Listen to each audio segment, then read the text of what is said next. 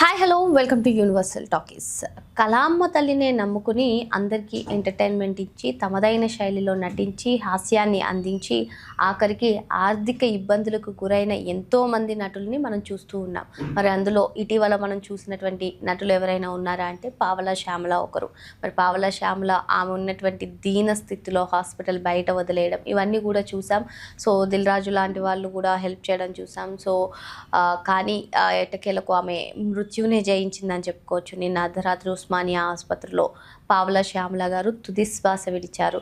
So గత కొన్ని రోజులుగా కూడా ఆమె అనేక మానసిక ఇబ్బందులు ప్లస్ ఇటు ఆమె శ్వాసకోశ సమస్యలతోటి బాధపడుతున్న సంగతి మనకు తెలిసిందే. సో ఇక్కడ హాస్పిటల్ బయట కూడా తనకు సంబంధించినటువంటి రిలేటివ్స్ను వదిలేయడం, మరి వెంటనే స్పందించి మళ్ళీ హాస్పిటల్లో జాయిన్ చేయడం, ఆ తర్వాత కూడా రోడ్డు మీద దీన స్థితిలో ఉండడం చూసి టాలీవుడ్ అగ్ర నేతలందరూ కూడా ఆదుకోవడం చూసాం.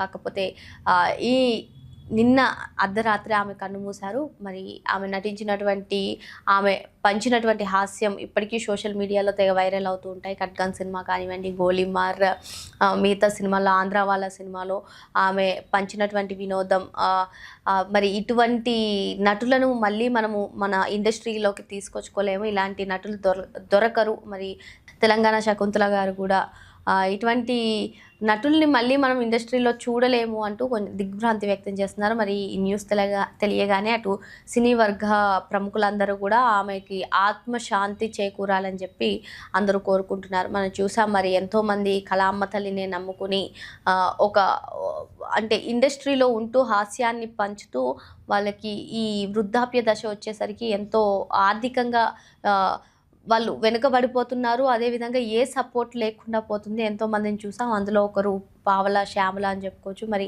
మన ఛానల్ తరఫున కూడా ఆమె ఆత్మకు శాంతి చేకూరాలని చెప్పి కోరుకుందాం.